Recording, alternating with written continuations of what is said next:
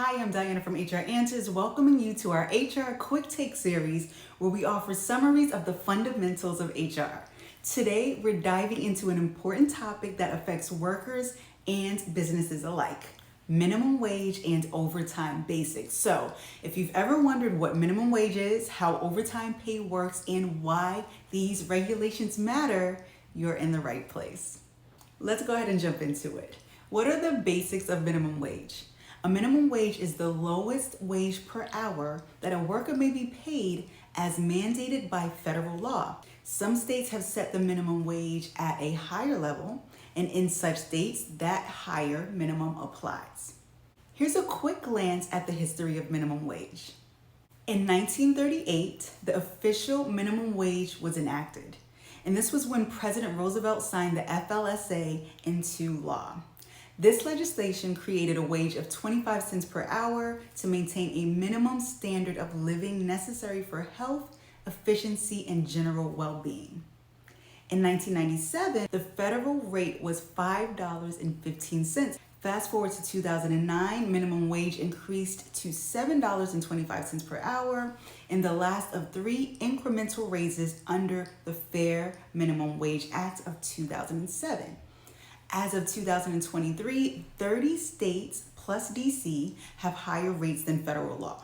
California has the highest minimum wage. Their statewide minimum wage is now $15.50, and the District of Columbia has the highest minimum wage, which increases to $17 per hour on July 1st of this year. Now that we've covered the minimum wage, let's shift our focus to overtime pay. Overtime pay is additional compensation provided to employees who work more than a certain number of hours within a defined period, typically a week. According to the Fair Labor Standards Act, referred to as the FLSA, which we talked about in a previous video, employers must pay non-exempt employees no less than time and one-half their regular pay rate for each hour over 40 in a work week. Vacation, holidays, or sick days do not need to be included when performing these calculations unless the employee physically performed work on those days. Here's a question that we get a lot. Is anyone exempt from overtime? The answer is yes. Executive, administrative, professional, and outside sales employees, as defined in Department of Labor regulations, and who are paid on a salary basis, are exempt from both the minimum wage and overtime provisions of the FLSA. Remember, just because an employee is paid on a salary basis does not mean that the employee is exempt from overtime.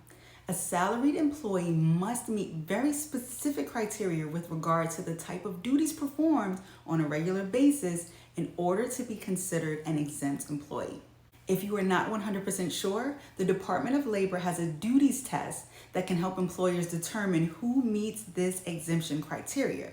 Of course, you can always consult a certified HR professional or employment attorney to help you gain clarity around employment and labor laws and to help you remain compliant.